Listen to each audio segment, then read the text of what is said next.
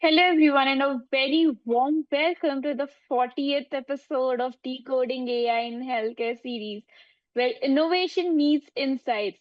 And I'm your host, Hetvi Shah, and I'm so thrilled to have you all join for today's special session titled AI in 2025 Reflections and Reckonings.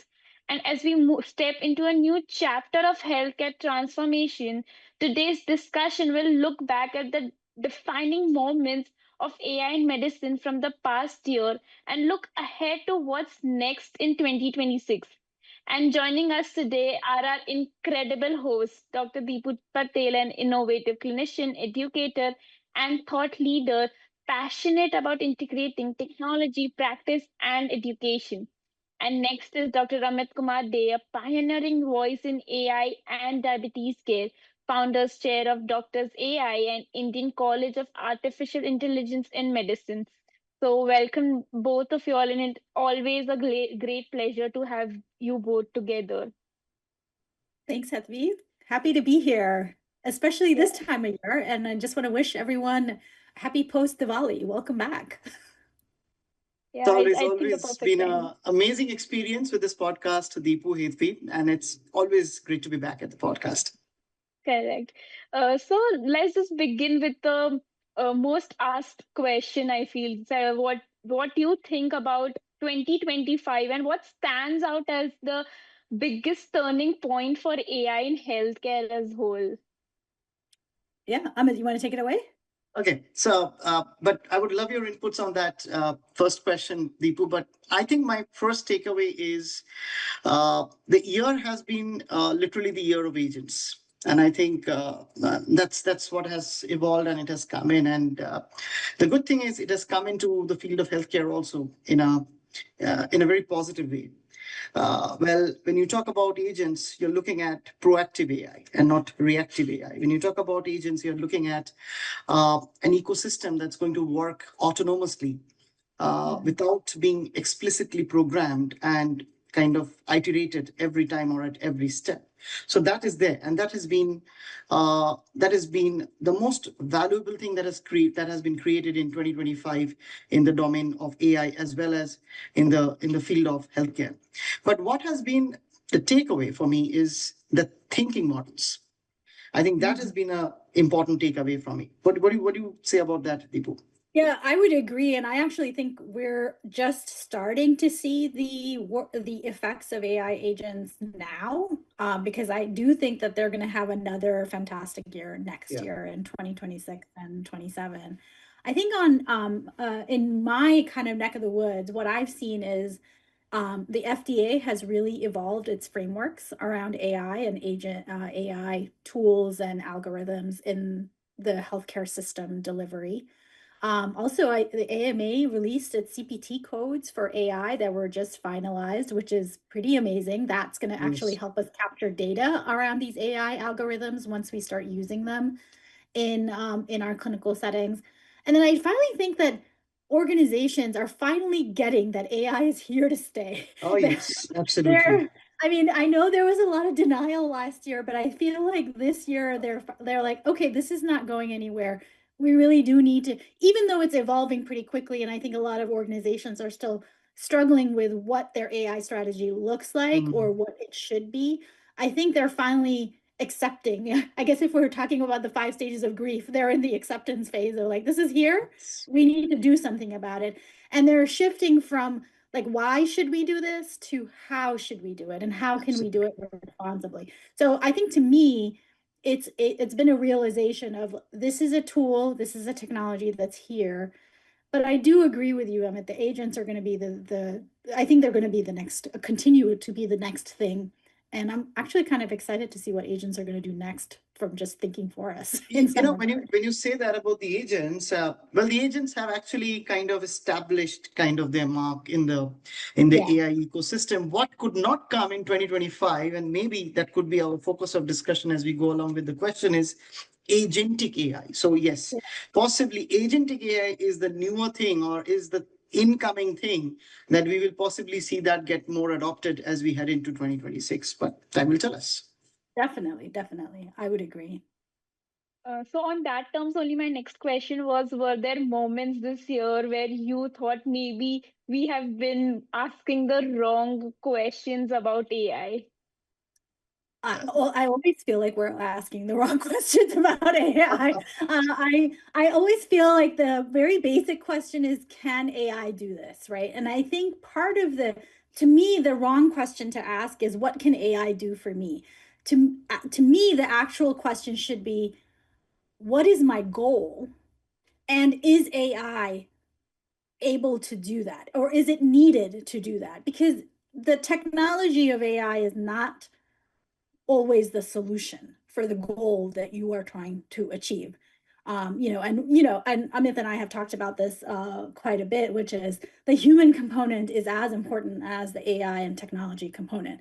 So not all goals that you will have for yourself or for your organization are going to require a technology solution. Sometimes those solutions are human and human forward. So it's not like, what can AI replace? But what we should ask is, what can AI reveal about the work that we're doing and the thinking and the caring of the work that we're doing, and where can it enhance what we're doing? So let's go to the deeper level of questions, is what I would say. What about you, So, Amit? yeah. So I think the first half of this year, we were asking a mundane, same old question. Is AI going to replace us? Is AI going to replace doctors? Is AI going to replace the nurses? Is AI going to replace the bankers? Is AI going to replace the salesman? I think that was the wrong question we were asking in the first half of this year. Since then, we started evolving and asking, is AI really going to empower us or de-skill us? Is it really going to make me a better, a wiser individual or a wiser professional? Or is it going to take away my human skills or professional skills because possibly I'm getting into the field of too much of automation? I think that is the right question to be asked now. With agents coming in, and as we head into 2026, looking at agentic AI, Deepu, Hitvi, I feel this is the question that we need to answer. That is the AI technology that is going to come in my sphere.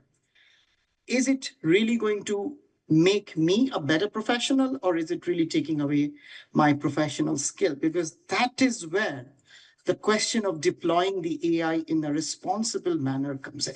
And I think that's so that the framing of the question has now changed, and I think we are on the right track. Agreed. We have gone to that deeper level, next Yes. layer of question, which is really, really needed, because I think to your point, Amit, I think the earlier questions were based from fear, I think. And now I think what we're seeing is we're starting to ask more informed questions about these tools. Yeah. Yeah, I think the shift is real. So Yeah. now if you both had to name one reckoning a reality check about AI, what would that be? Do you want to start with this one, Amit? No, I need a minute to think on this. Oh, okay. No problem. Well, I'm thinking, I always feel like data is the thing that is always a reckoning moment for me, which is, if you have bad data, it's going to amplify whatever tool, whatever solution you're putting from a tech perspective to it. And so if you have poor data, it's going to lead to poor workflows. It's going to lead to inequitable data pipelines, and just make the flaws in your own system more visible. And so, the garbage in, garbage out kind of thing, which is, I know, very cliche nowadays, but I think organizations are finally having their moment of reckoning around, yeah, our data matters. We can't just let it sit there. Let's have it work for us. And for the first time, I think, maybe not for the first time, but for in a while, I think organizations are looking at their data as something that is more valuable than making just these surface level decisions about ROI. But what does our data pipeline mean, and how can we leverage this unmined data for us, and do we need to clean it up, and how can we really leverage it to provide better care and address the complexities of healthcare? It's not a bad thing, but I think it's been a moment, like an aha moment for a lot of organizations. I kind of agree with you on that. And my reckoning from the kind of work that, we've been doing at Doctors and the Indian College of AI and Medicine is that the literacy has improved. The literacy Yes. on the subject, the literacy on the technology, and the way that this technology can kind of transform if it gets intersected with medicine. I think this literacy has improved. What it was there, the literacy that was there in the early days of this year, I think it's far, far better, even to whether it's a medical student, whether it's a senior clinician, whether it's an early or an advanced career physician, or any other allied healthcare professional in the field of healthcare. I think the literacy has improved, which is good, which means data science will make more sense to them, which means they will be looking at digitalizing their health record for good, and maybe make some meaning out of their data, so that someday, somewhere, some algorithms can be built out of it, some predictive analytic model can be brought out of it. So I think that is a good reckoning from me. And I think, again, I'm always optimistic. I'm kind of that guy who's been always optimistic since 2023 and 2024 about AI amidst all the critics that came in.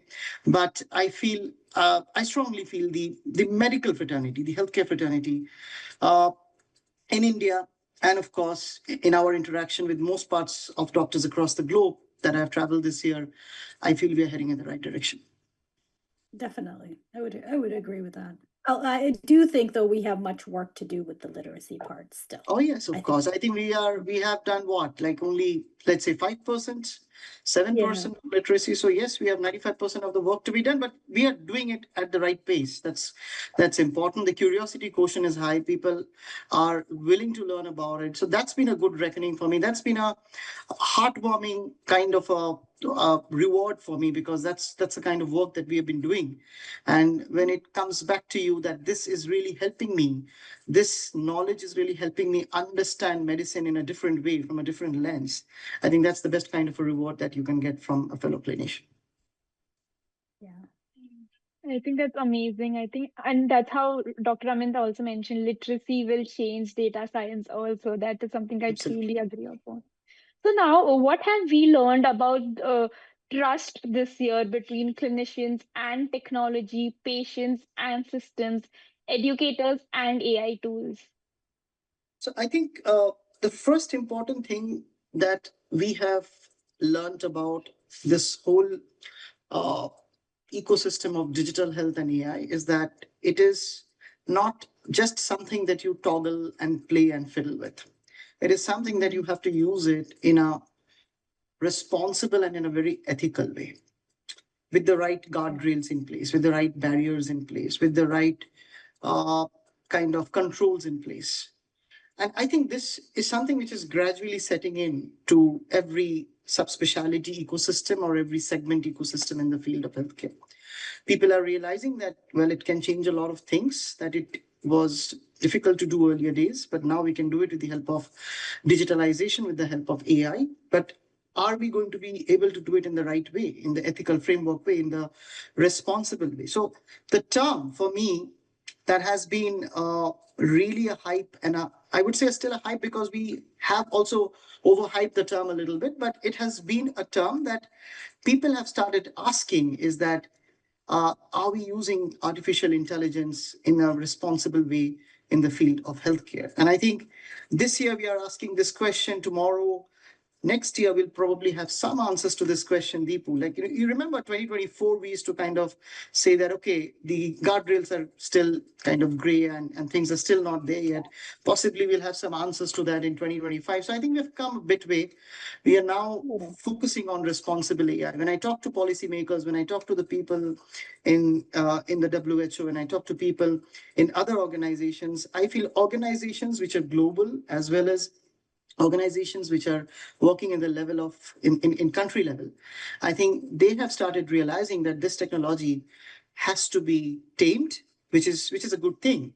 They're not shunning it away. They're saying it needs to be tamed in a structured, ethical framework manner, so that it's adopted in a most responsible way into medical practice. So I think that's a good thing to have. I agree. I mean, I don't have much more to add, but I'm going to say ditto from an education perspective, because that's the land I live in. I think a lot of resistance that we saw last year in faculty making these rules around don't use it for their students when the students were already using it.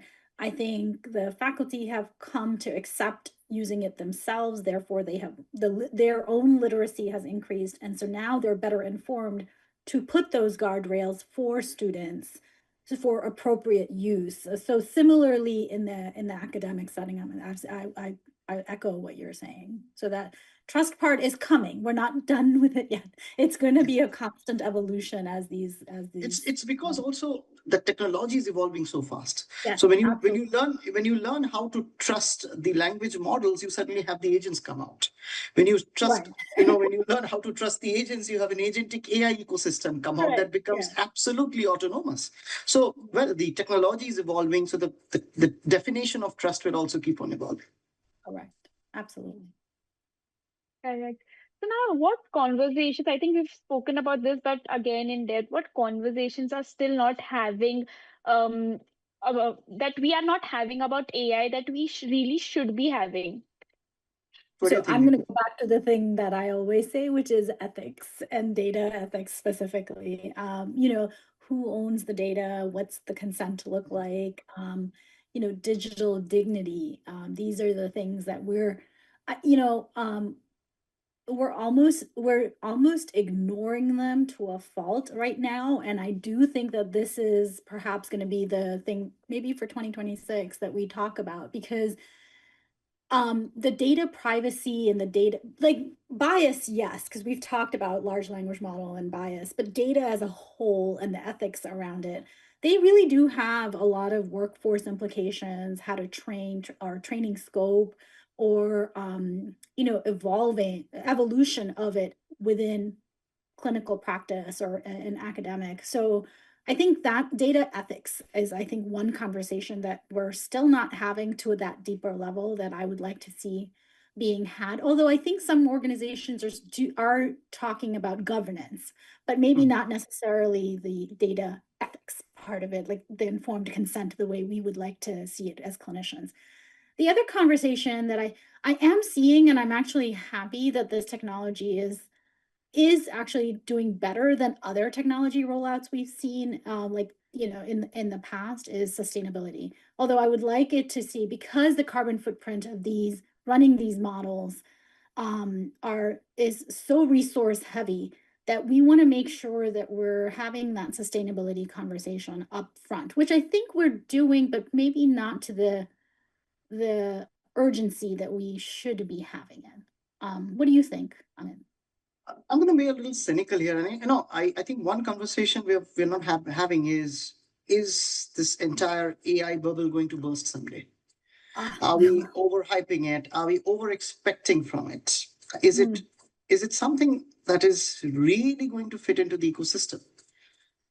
So one is responsible, and then is it real? Is it, when we talk about it, you talk about clinical decision support system, you talk about agents giving recommendation, but in real practice, can this really fit into the ecosystem in a diverse, let's say, setting that we practice, let's say, even in India or even in other low middle income group countries, ecosystems, or even in the US or in a stringent EU Act area like the European Union? Is it, when you talk about the each of these features coming into that ground level clinician practice or a ground level healthcare worker practice, will it really be used? I think this is a conversation that we are not having. Why we are not having this conversation? Basically, because I don't think we have penetrated into those fine-tuned technical tools yet, which is ambiently fitting into the practicing environment of that particular healthcare worker. I think that is still being developed. The other term that has evolved this year is ambient AI. Most people are talking about the AI ecosystem has to fit into the workflow of the clinician, and it should not be the other way around, because that is where the adoption is going to be the highest.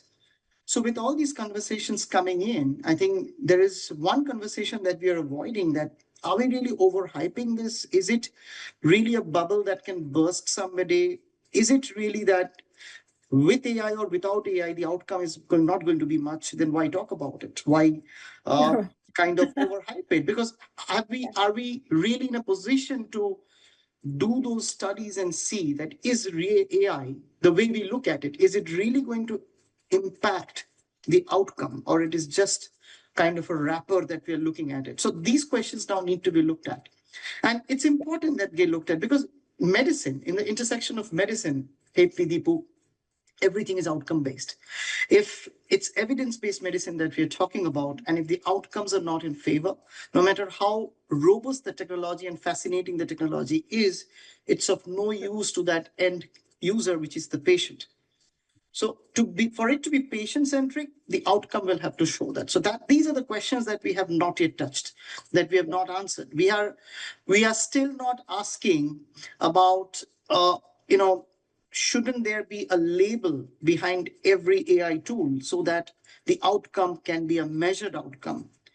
Shouldn't every tool in healthcare AI that comes, besides getting approval from the approving bodies like the FDA or the CE, or in India, we have the CDSCO, shouldn't it also undergo clinical trials? Shouldn't there be robust clinical trials and real world evidence to prove that AI outcome versus non-AI outcomes, there is a significant difference? I think these are the things that needs to be answered. Otherwise, possibly, I even feel that somewhere down the line, you remember that Gartner's curve where it's kind of peaks and plateaus. Yeah. We'll probably have a couple of bursts and then we will plateau. So I believe we need to now look at AI in medicine, AI in healthcare in the most scientific way possible, so that the outcomes can be measurable and we can possibly know what is fact and what is fiction. Yeah, I would agree with that. Yeah, actually, that's brilliantly put also. So, again, how do we balance innovation with intentionality, not just moving fast, but moving wisely? I think scalability, the biggest problem of entrepreneurs, innovators in today's world working in the field of AI, and I'm sure the viewers who are listening will completely identify themselves, is sustainability and scalability and recognition. I mean, folks who are working with AI solutions, they're cracking their mind, they're trying to identify need gaps, bringing out solution, working behind a incubated lab, running around for seeding, for funding, for getting a grant. All that's great, but it's not scaling up to the potential that they expected to scale up. So the reward mechanism is poor. And I believe sustainability becomes a question if the scaling up doesn't happen in the right time, because your angel investors, your VCs are going to fund you only up to a level. After that, you need to prove the metal. You need to prove that you have substance. And that's not happening in the world of AI. I would say not just in healthcare, in anything, because, and this is how technology is. I mean, technology grows up in its own time. So there's a lot of burnout happening. There's a lot of burnout happening amongst the developers, amongst these individuals who are bootstrappers, who are, entrepreneurs. If you're looking at industrial level, yes, the bigger players have made a fantastic mark in acquiring smaller companies and kind of growing up their bubble, like the OpenAI, the Google, the Microsoft. They have done fantastic. And I think that's only going to increase going forward. But if we want this AI ecosystem to actually evolve in an equitable way, we need to develop that space, where there is scalability and sustainability of even small to medium homegrown solutions. And I think that is something that 2026, 2027 should bring out a solution for.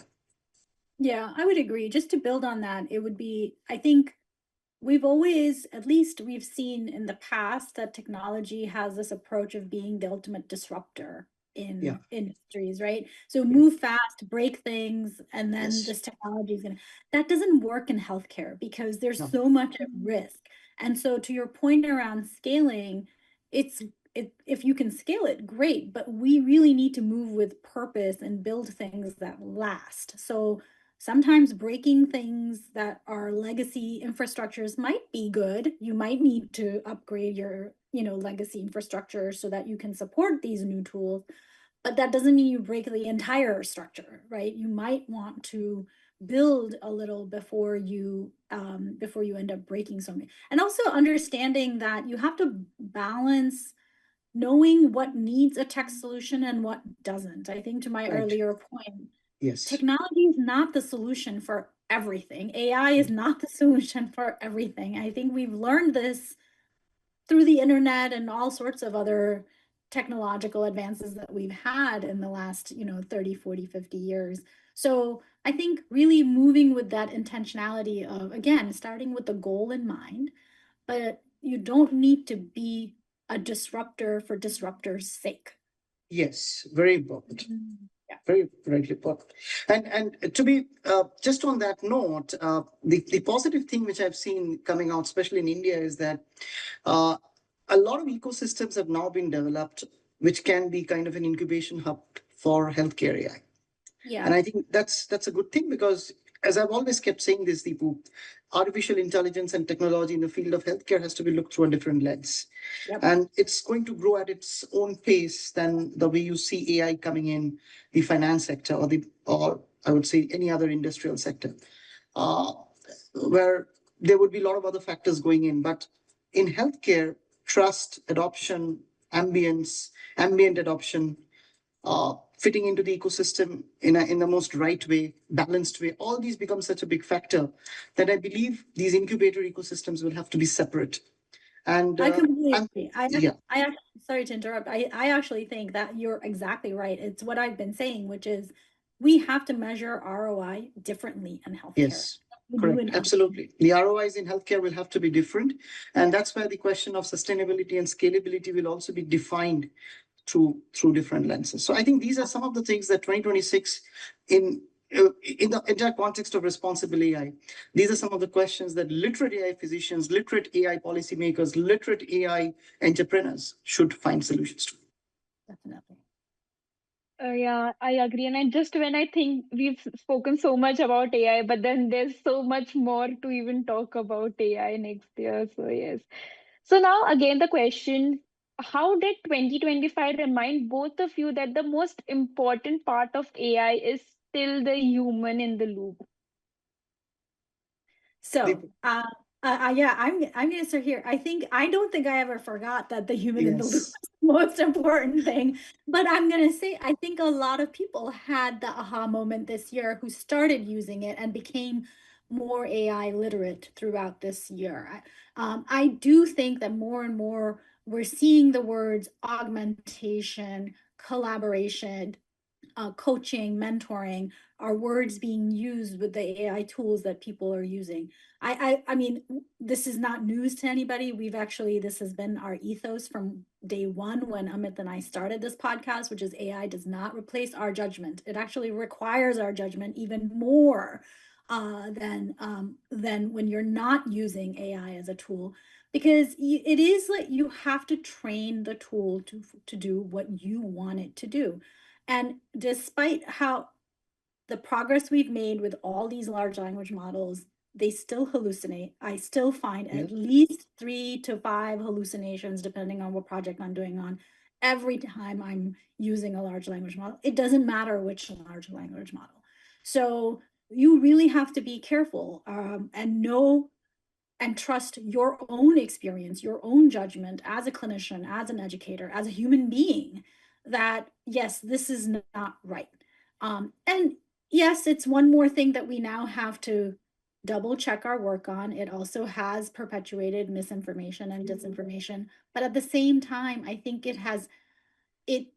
it proved to me every day, it proves to me that the human in the loop is never going to go away, to be honest.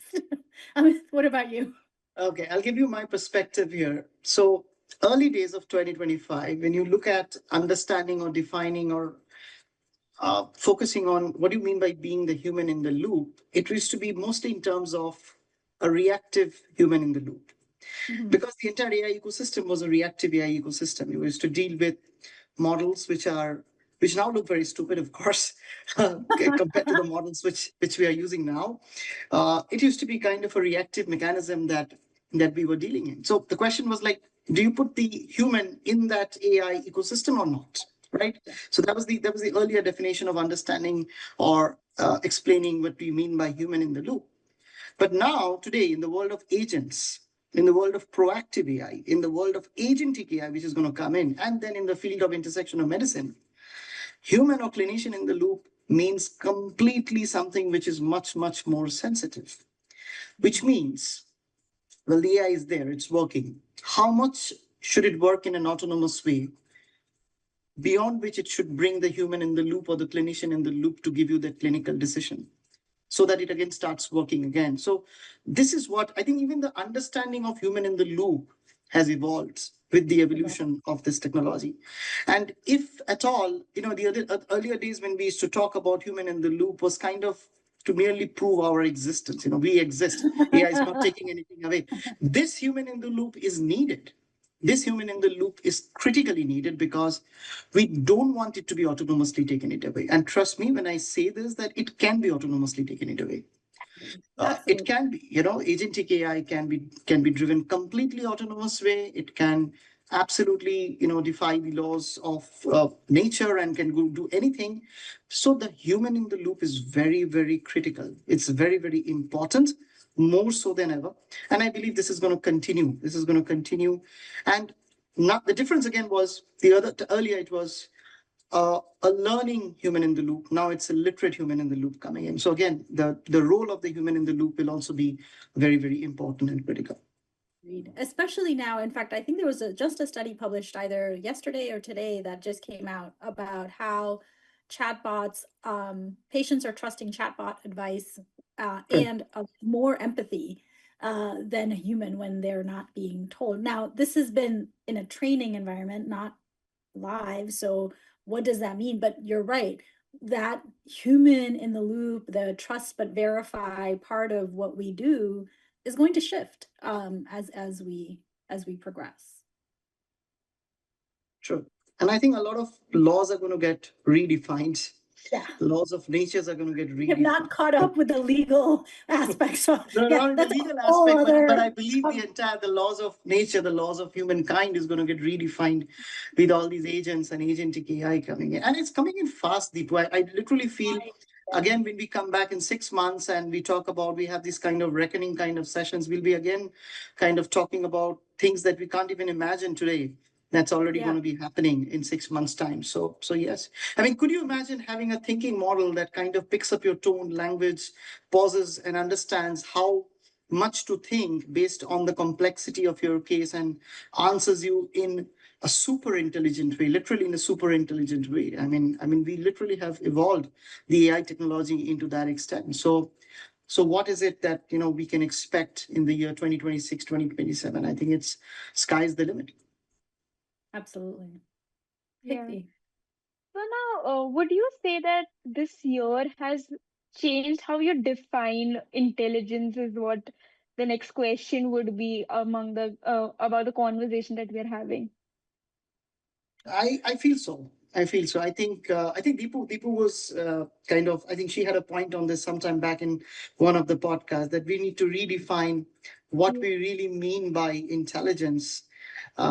Yes, I feel so. And this is where I feel as an educator, as an academician, that the way we assess intelligence in humans and we assess literacy level in our fellow colleagues, that the methodologies will also need to change. Intelligence for human will possibly also evolve with AI. That's what we say, like augmented intelligence. So somewhere going down the line, if I look myself back and my capabilities of doing work in 2023, I think I am a better equipped intelligent being than what I was 3 years back, because now I have 4 or 5 working models. I've got a couple of browsers which are running on agents. I can automate a lot of things in my work life, which I couldn't even imagine doing it. But yes, with a little bit of knowledge, a little bit of literacy, and with a little bit of curiosity, I'm able to do this, even being despite being a busy clinician. So I do find myself more humanly intelligent with the help of artificial intelligence. So I think that human intelligence should also evolve as we go along. Deepu? Yeah, and just to build on that, I think to me, like my definition of intelligence is shifting and evolving, but I think true intelligence is relational. And I think, of course, being humans, we think like we are at the peak of intelligence. So that part of it is also shifting for us, considering that although the artificial intelligence part of it are more computational, not comprehension, which is really where we're sitting at. But maybe till today, we don't know it. I know, and I was about to say we're pushing the boundaries of that every yes, we're day. pushing the boundaries. Where, you know, and where we're integrating and it's interpreting and it's creating meaning. But the meaning is, I think, creating meaning. That's what I mean by relational, that intelligence is that meaning. It means something to us to sit down and have this conversation. To an AI, it doesn't mean anything. It's just putting out whatever it thinks based on our thoughts. So to me, it's more about the capacity to learn and what you're doing with it, and then learning with it rather than just from it. Yeah. I don't know if that's perfectly clear, but like it's still like it's something that I actively think about, like what is intelligence going to mean when by the time my daughter graduates from college or when my son graduates, you know. So it's going to be very, very different. And then how are we going to measure said intelligence in the future, which is a whole other you know, ball of wax. True. So also that would also mean that staying updated is really necessary for the future as well. It's the need of the hour. It's like now there is no reason to say that I'm living under a rock and I don't need AI in my life. Look, True. we are beyond those days. Everybody is needing AI in there. Everybody is using and they need to use AI in their life. So that has become like kind That's of the future. a necessity now, and it's kind of been like a kind of the law of the day. It's kind of order of the day. You have to use it to survive. It's kind of a question of survival and existence now in the ecosystem, in the societal ecosystem. So yes, updation and being curious. And Deepu keeps saying this, you need to be having your curiosity quotient high so that you're able to adopt and adapt to new things that comes along the way. So yes, the updation is need of the hour for everybody in every field, in every industry. Yeah, that's For sure. absolutely correct. So now what signals are you watching closely for 2026? Something subtle that could become seismic? I think Deepu? Amit has already answered this, which is agentic AI. Agentic I AI, think he beat us yes. to the punch on this one. I do agree with you about agentic AI, but I also think that agentic AI and the use of it in if I were to talk about it in the context of healthcare, it's about clinical governance. So things like policies and credentialing and billing, and like I think the way the healthcare system currently operates and the way it's set up, the processes and the workflows are all going to shift in the next 2 to 3 years. All the systems, like I think we're going to have to. I recently wrote an article with a colleague of mine, David Back, in European Health Management, where it was we have to be brave enough to redesign the systems that we worked really hard to fight for in Very healthcare. true. Right, and like it's no longer working for us in this new age and this new infrastructure. The way these AI tools work, they work on a completely different level than the legacy infrastructure that we've built for the last 30-40 years. So we have to really break it back down and build it back up onto new infrastructure so that then we can move beyond. I know I use AI tools, but moving AI from a tool to a collaborator, you really need to make that shift happen at a systems level.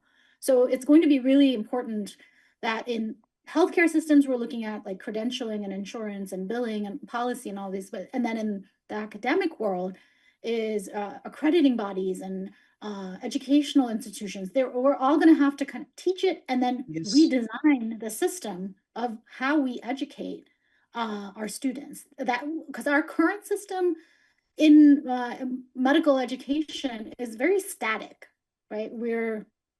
You teach the same things in the same order in the same whatever, and then I sit there and I grade your SOAP note by hand, and you get your SOAP note a week later, and okay, great, now what? And it's subjective, right? It's subjective because I'm grading it versus Amit grading it. So it's based on this very static nature, whereas what AI is allowing us to do is make this very dynamic and intelligent, actually, which is you're writing a SOAP note, you've written the S part of your SOAP note, student, I'm going to give you feedback on it right away so you can, it can be, the stickiness factor increases for the student. Proactive care, proactive. That's exactly what it's getting into. Yeah. But, the other, the question that Hetvi had asked was like, what is it that you really see is going to take a big hit, right, in 2026? And we started with a discussion on agentic AI, and I will be disappointed if I don't see agentic AI coming in the clinical decision support system in 2026. If this happens, if you We are won't see it in having, the US, I will say. I don't think we'll see okay, it in the US. well, at least somewhere, some part of the world, yes, it will call for interoperability, it will call for data sharing, privacy, and all those kind of pointers. But the point I'm trying to make to all of you is, if we do see agentic AI coming in, the clinical decision support system tools, which doctors are going to be using to make day-to-day clinical decision, I think medicine will change. The art of practicing medicine will change. The art of clinical medicine will change. The art of coming down to a differential diagnosis, the flow thought of a clinician is going to change if you have agentic solutions giving you proactive recommendations through your clinical decision support system. It should come because it should make me a better clinician. I believe so. It should come because it should make my work more efficient, reduce my burnout, reduce my error, and be more patient centric for the good of the patient. But a lot of autonomous solutions coming in clinical decision support system will also have to be handled in a very responsible manner. So I will be very happy if this comes in 2026, if not at least in 2027. If for some reason we fail to achieve this, like Dipu said, it might not come to in the US because of stringencies, laws, and barriers, and etc. I will be that disappointed because I really feel that's exactly the potential that AI holds to transform the way we look at medicine. I mean, I always keep saying this to students when I go to them that this is one technology that is so revolutionary because it's going to change the way we have been thinking and we have been reading and understanding the field of medicine. And I really feel now we have the technology to do that, but whether we'll be able to achieve that integration or not is something to watch out for in 2026 and 2027. Definitely. Yeah, I think that's very rightly mentioned by you, both of you all actually. So now, how do we spoke about what, so now the question is, how do we make sure 2026 is not just about smarter tech, but wiser systems? This is a word that gets thrown around in humans, but not necessarily in the tech or AI world, which is Yeah. wisdom, right? Because we think as humans, we're the ones who hold wisdom. And I still believe that. I still think that as humans, we are the ones who can make that data into wisdom that is actionable for us. But as Amit said, it's not that far behind that the wisdom will follow intelligence to our earlier conversation that we've had. So, but we need metrics that reflect the outcomes, the equity, the humanity, right? And how are we measuring humanity in these systems? We haven't come up with that yet. And that's a conversation worth having around how do you measure humanity in an AI algorithm? Yeah. Right. So when I think of a word like systems that are wiser, I think wise systems adapt, they listen, they remember. Those are the skills, those are the human skills that I look at, but those are the only skills I know from a human perspective that I can add or reflect onto the AI. So the goal isn't to make machines think like us, but help us think better when we're thinking together, right? So it's different, and it goes back to my earlier point about measuring ROI differently. So how do we measure humanity and the wisdom of humanity in an AI algorithm? And this brings me to the point, Dipu. The other day, we were also discussing that at the moment, it's the race of the benchmark. It's which model performs better in an Emily question versus which other model. And it's always a comparison that is this model better than 10 other specialists? And I think this is where we need to stop doing this.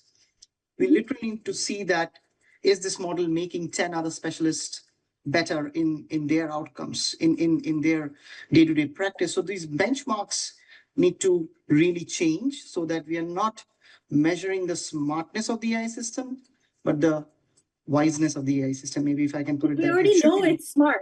We already know it's smart. Yeah. There's nothing to prove there. We need to make sure that it's wise, and it's really wise in the sense that it can help the human and not really compete with the human. And I think these benchmarks, which are kind of a rat race now happening, it's kind of a trend everywhere. Somebody publishes as it, and then somebody comes and publishes on top of it. And I think this kind of thing needs to kind of stop. And we need to really define these kind of set standards in how these metrics need to be evolving in terms of measuring the wisdom of AI plus human as we go along. All this is a part of adopting the solution in a more responsible way, I believe. Yeah. I think that measuring part is really important. Yeah. So now one final question, and I think I'm really curious to hear your thoughts, both of yours. So if you could send a message to our listeners, one final reflection as we close the year, and what would you want them to remember?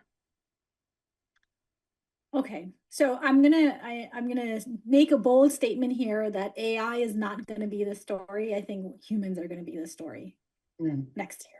I think like how we use it, to go back to that earlier human in the loop conversation, that shift of what that looks like is going to be the thing that first we need to take away those lessons that we learned this year and bring them into next year. And then I think the thing that I've been saying since all of this started a few years ago, which is continuing to stay curious, continuing to stay critical of the tools and the algorithms that you're using, because AI in healthcare is not going to be written by codes or large language models. It's going to be written by us humans, and written in the sense of how it's going to be practiced. It's going to adapt to us. We are not going to adapt to it. I think that would be my takeaway. So we don't need smarter machines, but we need wiser systems and wiser people leading these systems and really looking at these systems in a very different way and untethering ourselves from kind of what got us here, but it's not going to get us to the next step. And we really need to untether our thinking from the old legacy systems, I think. And to add to what Deepu said, I think now all parties in that stakeholding needs to make this really happen. So we need to make AI for real. We need really to make it work. And it's more than what we preach. It's more than what we anticipate that it has a potential. All that's good in terms of the paper, in terms of the technology and everything. But everybody, every stakeholder, when I say stakeholder, it means the policymaker, the developer, the industry partners, the builders, the other patients, the doctors, the end users, every stakeholder needs to work in a collaboration so that we can make this technology work into our ecosystem. And I think that's a very tough ask. It's a very tough ask, easier said than done. And it's very difficult to do that. And this is exactly where I always feel that there's going to be a bubble that will burst, and we'll kind of pick in the bits and pieces. Okay, this worked, this did not, this can be scaled up, this is possibly sustainable. So I believe let that happen sooner the better, and let every stakeholder come on one front and believe that this is going to make mankind evolve. This is going to make medical science evolve at a faster pace than we have evolved the last 50 years, whether it's drug discovery, whether it's gene editing, whatever. And let's make it happen. I think this is, at the moment, the question is, can we really make it happen? Can it really work in real front? So this is what people are asking. Well, we are talking about it. We are doing podcasts on it. We are doing literature. We are doing courses on it. We are doing conferences on it across the globe. But is this really gonna impact? So I think it's time to answer that question. And as we head into 2026 with all these powerful technologies, each one of us must take a promise, must take an oath that, okay, this technology holds potential. Let's work in making it happen. I think that's going to be the good for mankind. Yeah, I think that's brilliantly answered by both of you. So thank you so much. And before we wrap up, I'll just take a couple of audience questions. So the Sure. first one is, if you had to predict what is the single most transformative role of AI that will play in healthcare by 2030? 2030 is a long way. I don't know. I I don't know know. what's going to happen in 2030. Are Probably you robots kidding will be me? walking all around the 3 streets. It's a I long know. way. And I'm looking at only 2026 and 2027. Uh, I don't know. I'm looking at autonomous robots coming everywhere. Agents and agentic AI is coming by 2030. I'm looking at hospitals being run by humanoids and all those kind of android kind of things. And I believe China is already doing that, right? I mean, they have already scaled up into making robots. We are only talking about the software. We are not talking about the hardware. So you integrate both. There's a huge possibility that those things can come in. So of course, it has to come in a responsible way. So a lot of things can happen by 2030. The industries might completely change. The ecosystem might change. But I think we should not look that far at all, because at the moment, the way the technology world is evolving, uh, anything which is unimaginable can happen in the next 5 years and 3 years. If this could happen in 3 years, like 2023 till 2025, where we are now, remember, you go back to the first podcast we did. I think it was what, January or February 2024. Yeah, No, 20, 23 end. 23. Yeah. 23, and we used to be so primitive. And even when I sometimes go back to our YouTube playlist and I hear ourselves speaking, Harshita used to be there, and we used to talk, and I feel we used to be so primitively discussing about this technology. And look at us, what are we talking about today? So if this could happen in 1.5, 2 years span so fast, 2030 is far far away. Let's look at and focus in 26 and 27, and I think a lot will change. Hopefully for good, and it should be for good. It's our responsibility to make it for good. Yeah, I would just echo. Like, I'm not going to predict, because to Amit's point, it's moving way too fast. But if I can make a wish, I think I would wish that we will have deployed and used these technologies so well that 80% of the care delivered will be in the patient's home. Whatever that means, whether it's telehealth by your TV, drones delivering your medications, 3D printers printing your medications, whatever that means, I would wish, from a systems point of view, we could move care even further out of the four walls of a clinic and into the homes for patients, so that we really are pushing the boundaries of outcomes, getting better and better with each successive generation. So true. And then, as I always keep saying, maybe someday we can dream of equitable healthcare going far and wide across the ecosystem. I wish that. I dream about that. For me to always think that way. I always keep dreaming of that. But yes, I dream about that. Hopefully someday. Yes, right. So last question before we wrap up. So from your perspective, which specialty has witnessed the most tangible patient care improvements through AI in 2025, and how can other specialties actually adopt from it? This is a tough one, actually, for me. A What do you hard think? question. No, this is a hard question, because up until now, radiology has been leading the way, but that's not, I don't think the answer. I think cardiology would be the space, although I'm sure, Amit, you're biased towards metabolic disease in your space. I would always classify it saying that non-communicable diseases. So I'm going to fit in cardiology there. I'm going to fit in diabetes there. I'm going to fit in a bit of population health also into that. So yeah, I think public health, like from a systems level, I think we've seen a lot of good development. Yeah, What's that? just it's starting. I believe it's still starting in, Yeah, if you look at the larger, public health ecosystems, I think it's just starting. But in smaller cases, like you said, cardiology, the evolution with AI, radiology, the evolution with AI, the kind of work that we are doing in metabolic medicine, even I believe some places in oncology and dermatology. I think these are some of the spaces where, success stories are kind of evident, and it's evident because some people somewhere down there could identify the right need gap. So I think the question about, it's not about which science or which subspecialty is going to benefit more. It's the question is about which need gap is going to be addressed best with the use of exactly. this technology. I think that's where the Which is success is going to be there.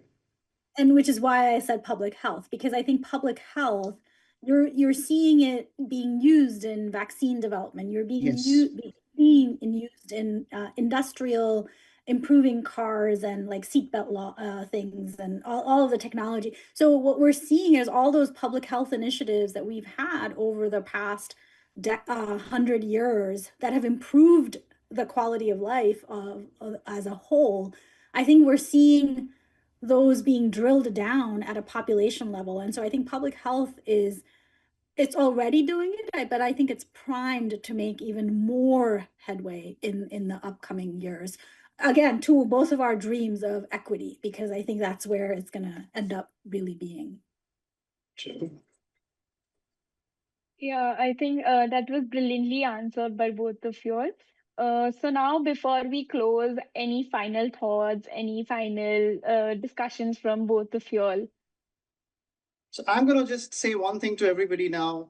Just 15th and 16th November, come to Bangalore, witness what we are speaking about, what we are thinking. And the most surprised thing is Dipu Patel will be coming in as well to meet you all, to interact with you all, and to deliver a fantastic keynote. She'll be coming and joining us in Bangalore all the way from the US. And I think what we discussed today, Deepu, Hitvi, I think each of these are going to be kind of smaller topics, panel discussions. And the whole attempt has been to bring all stakeholders on under one roof. The policymakers, the tech developers, the clinicians, the doctors, bring all of them under one roof and let's discuss artificial intelligence. Is it real? Is it responsible? Is it revolutionary? So I think we'll request and invite all of you who can make it, you must come and witness. This is possibly India's first clinician-driven AI summit. And I'm sure that down the line, we will have many more events as this, but this will possibly and definitely, I believe, is going to change the way you look and think about medicine if you're here with us on 15th and 16th November. Deepu, what would you say and what are you looking forward in this? I'm just going to echo what you said, which is I'd love to see you there. I'd love for you to come by and say hello. I think it's going to be a really exciting summit.